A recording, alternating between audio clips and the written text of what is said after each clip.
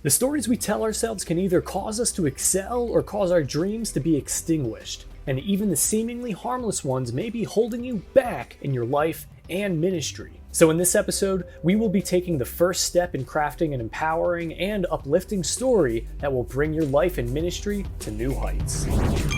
You've got a dream to glorify God and make your mark on the world. Maybe you want to grow a business, start a ministry, or become a better servant leader. Whichever level in life you want to hit, I believe that God's calling all of us towards something greater than where we are now. So join me as I document my journey to learn how to grow an online ministry in ways that are effective, biblical, and aren't stuffed with complicated religious or business mumbo-jumbo. My name is Alec Kassan, and welcome to the Digital Ministry Mastermind Podcast. Hey, what is going on, current Christian family? It is Alec here, and I'd like to start this episode off by saying a big thank you to Yvette. I opened up my computer this morning and I saw that she left a review of the podcast, and she said, listening to Alec is like listening to a friend who really wants to help you make the right decisions and do the right thing. He's cool, funny, and wise at the same time. The Digital Ministry Mastermind Podcast will help you focus on what you need to do to grow yourself and your ministry. Yvette, that just made my day. I thank you so much for leaving such a kind review. And hey, if you leave a review for this podcast, I might just shout you out in the next episode. And speaking of shout outs, Lori from Kentucky, Rosa from Illinois, and Kevin from Indiana. Thank you guys so much for buying the Planting Your Purpose book. I hope you enjoy it. It should be getting to you guys very shortly. Anyway, let's get into this episode today. So in our last episode, just to give a little bit of a reminder, we were wrapping up with an exercise. I was talking about the power of the words that you say to yourself. And I've heard people say that the words you speak to yourself become like this self-fulfilling prophecy. And there's actually a quote from Henry Ford. I think this quote is from Henry Ford. And it goes like this: "Whether you think you can or you think you can't, you're right." And isn't that quote awesome? I mean, like, it's kind of scary, but it's also awesome at the same time, because the scary thing is that if you really don't think you can achieve something, that belief in and of itself may be the thing that's holding you back. Because it's easy to entertain the thoughts about, possibly failing at the things that we're passionate or inspired about. But what if we spent our time thinking of the thoughts about the possibilities that can come if we actually succeed in these areas? So in this episode, I really want to help you identify and craft a more empowering story. Something that you can tell yourself that's not some, fairy tale or positive mantras or something like that. Rather, I want to help to give you just like a new perspective on the tale that you tell yourself. The tale that you tell yourself. There we go, tongue twister. Because the tales that you tell yourself, they might be holding you back, when in reality, this story that you're playing out in your mind, it's really something that God might be trying to design to help propel you forward in your life. Because whether you want to admit it or not, we all have a story, and most likely we have many stories that have kind of helped to develop us into the people that we are today. And these stories, they've shaped our life. And your story, it ties in both like the factual and the emotional side of how you perceived your life. And it can either be like this gust of wind that is behind your sail, that is pushing you forward, or it could be the anchor that is weighing you down. And if you're working to remove that toxic voice that we've been talking about in the past few episodes, then part of that journey requires you to identify and redefine the story that you tell yourself. I know I talked a little bit in the last episode about a story that I was telling myself. Basically what was happening is I would find myself getting frustrated when family members or friends would invite me out during the work week, because I was like, I'm trying to get work done, But then, I would be feeling guilty for not hanging out with anyone. And it felt like no matter which choice I made, I was stressed and I was wishing that I would be doing the opposite thing than what I'm actually doing right now.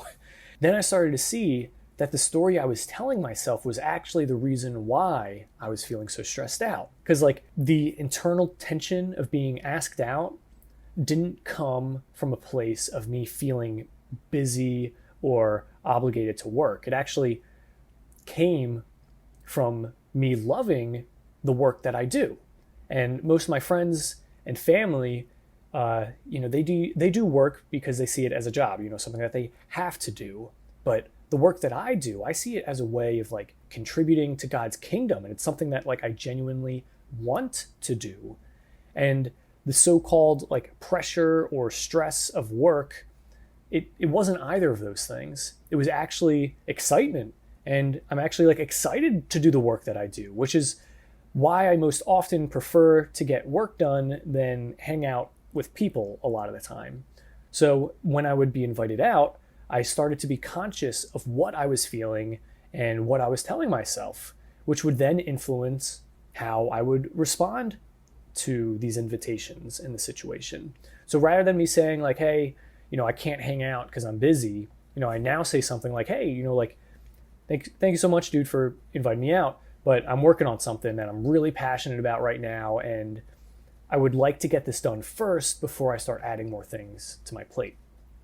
Now, I'm sure you can see how both responses evoke a different emotion, right? Because you could see one response, the one of, oh, I'm sorry, I can't hang out, I'm busy. That one comes from a place of feeling constrained and pressured. While the other response of like, hey, I would love to hang out, but I really want to finish this first because I'm really passionate about it and I don't want to add more to my schedule. You see, that response comes from a place of joy and excitement about what I do. And, this was a small example in my own work, but there are stories that you may be telling yourself in your life that are holding you back from greater success. And also just like holding you back from just simply enjoying the journey that you're currently on. And you might be telling yourself you're busy when in reality, you're just preoccupied with a lot of important tasks at the moment. And you might be telling yourself you're anxious or you feel pressured when in reality, you might just be thinking about too many amazing things, too many amazing opportunities in the future, and you're not too focused on the present. So to start our exercise, I want you to make sure you have a pen and paper ready, or you have your notes app open on your phone or the voice recording app or whatever, because I want you to think about which area of your life you want to experience the biggest breakthrough in. This could be in your ministry, your work, your relationships, even your health or finances. Whatever it is, I want you to write it down right now. And then once you get done writing it down, I want you to ask yourself why this breakthrough that you desire hasn't happened yet. And don't write like just a little simple sentence or just like a 2 bullet point list. I want you to really go deep and write out all the reasons that you can think of for why you haven't had that breakthrough yet. Like write it all down. And then once you do that, I want you to look at that list and ask yourself, like, what is the story that you're telling yourself? Like, what is the story for why you haven't had that breakthrough yet? And seriously, I recommend you take the time to really like pray about this and write out your thoughts. Because as someone who cares about your growth and your success, like I really want to emphasize the importance of acknowledging this. You may be saying something like, well, Alec, you're telling me to list these things out. I'm writing it out, and now you're asking me to identify my story. And it's not a story. This is reality. And I'm not. I just want to say, you might be right. Like, in fact, you might be 100% accurate. All of the facts might be exactly what they are, and the events that have played out, how you write it out, could be exactly how it happened.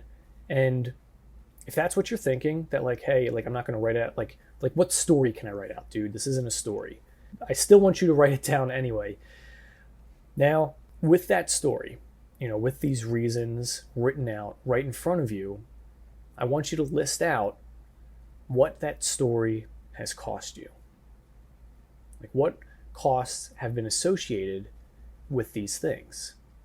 So, for example, I remember like back in college, I was going to all these classes, doing all this work, and I wasn't feeling really passionate about it. And I was telling myself, well, once I get done school, once I get done this, once I get paid more, once I get some more money saved. And it was all this thing of like, well, once I get this, and then after that, I will enjoy this. And I was really putting off my happiness for the longest time. And you know what it cost me? It cost me from pursuing the career path that I felt like God was really calling me down. It cost me building the expertise and skills that took me a lot longer than it should have to be able to develop those things because I kept putting it off. And it also cost me a lot of happiness because I wasn't allowing myself to be happy because I kept telling myself, well, once I get this, then I'll allow myself that. And in fact, I actually forgot how to be happy for a little bit, which sounds kind of wild. So ask yourself, what has the story you've been telling yourself cost you? What have you been denied? What losses have you suffered? What problems have developed because of this story? Now, when you're writing these things out, it doesn't have to be written out in a paragraph or anything like that. It could just be a simple list. But I want you to just get it all out there. That way, you can really come face to face with the pain of these missed opportunities, of everything that it's cost you. I want you to resent the story that you've been telling yourself. And I want you to know that it doesn't have to continue to be like that. So at this point, now we're going to be envisioning right now, because I want you to think about this story and what it will cost you in the future. So like, if this story continues, how will it negatively impact the trajectory of your life? How might this story get in the way of where you want to go? And what did you miss out on again because of this? And to piggyback off the example that I was giving, it was very clear how the rest of my life would have been. It would have been a life that wasn't mine. And it would have been a life that wasn't joyful, wasn't happy, wasn't fulfilling, because I wasn't allowing myself those things to begin with. Like, I don't know, could have been a thing where I felt like maybe I didn't deserve it, or could have been a thing where maybe I felt like I needed to earn the right to be able to enjoy these things. But whatever it was at the time, I could see that if I continued down this path of not allowing myself to enjoy my life, it would only lead to me not enjoying my life. Duh. But anyway, I want you to pause, and write down all the thoughts that you got. And then once you get all these thoughts written down, we'll continue this podcast right here. So I'm sure now that as you look at the things you've written out, or even as you've sat back and just kind of imagined all of this, you can see just how devastating a bad story can be in your life. And clearly, we all hope and desire for more from our life and the lives of those around us, but we can't get there when we have a disempowering story. And if you want to know one of the best ways that you can craft a better story for your life, one of the best resources you can use is Planting Your Purpose. Use that book as a guide. And, this isn't a plug for my book, because clearly, I already do that at the end of each podcast, but, it's a serious, what I'm doing right now, it's just a serious recommendation. If you want to figure out a way how to craft a better story, I'm just saying that book is a great resource. Pick up Planting Your Purpose and use that as your guide to craft a more empowering story. And another method that you can do, which is definitely harder in my opinion, this method that I'm about to recommend, but another thing that you can do is actually look up successful people who have similar stories as yourself. Because I know for a fact that there's someone in the world at some point in history who had gone through something similar that you're going through right now. And they may have even gone through worse situations. But despite all of that, they have a positive mindset and a thriving life. So by looking to them as inspiration for how they overcame their story, it'll inspire you with ideas for how you can overcome the story that you tell yourself. There's people who are like, well, I don't have enough money and I can't really pursue my dream to do X, Y, and Z. Well, I know for a fact there's people out there who come from a foreign country with no money because they spent it all on a plane ticket to get here, who have started businesses and are doing quite well for themselves and for their family that they started in America, in a foreign country. Or it could be a thing for Black History Month. There's people who are like, well, I'm just born the wrong skin color. And it's such a sad thing to think, but there are people out there who believe they were born the wrong race, born the wrong gender, born in the wrong time. For all those people who are like, oh man, I love the 70s. I love 70s music. I'm born in the wrong time or whatever. Anyway, there's people who are born in really bad situations, born in worse situations than you are right now. And I'm not saying it to make you think like, oh, well, my story's not important. No, your story is important, but there are people out there who are thriving despite their circumstances. And I want you to be inspired to know that, like, despite your circumstances, you can still thrive as well. And if you feel like that method, may not be speaking to you, then I've got one more exercise that you can try to do. It's a little bit of like a thought experiment. So I want you to just take, deep breath in and out and just relax for a moment. Now I want you to imagine that you're in heaven and you're seeing Jesus face to face. And he's just standing there, looking at you lovingly and warmly. No words are being exchanged. You're just both looking at each other in silence. Then you break the silence by sharing the story of why you weren't able to do more with your life and why you weren't able to embrace your calling. And, you really, you lay it all out and you share everything there with Jesus. All the hate, all the doubt, the fear, and the reasons why you felt you couldn't excel. And after you get it all out there and you gave it all to Jesus, he just simply says, well, you understand that these weren't supposed to be things that prevented you from being successful. You were supposed to be successful despite these things. Now, I remember doing this exact thing, this exact exercise on a middle school mission trip. I was very out of shape as a kid, as some of you might know, and I was in really poor physical health. Overweight, out of shape. I'd be dripping in sweat if it was even slightly too hot outside, and I also had this like severe learning disability, a little bit of dyslexia thrown in there, and it made school really tough growing up. And I brought all these frustrations to God because like these were just things that felt totally outside of my control, and I was like, this isn't fair.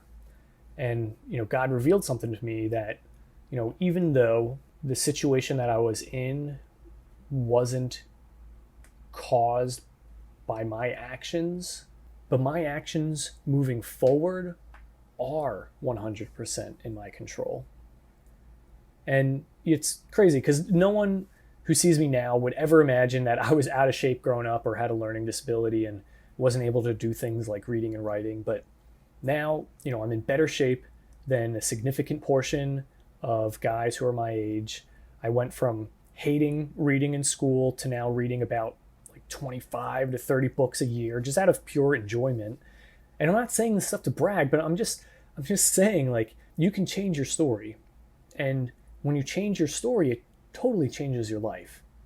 And the hardship that you had in the past, whether it was in your control or it was out of your control, moving forward, your actions and how you respond to it, all of that stuff is in your control.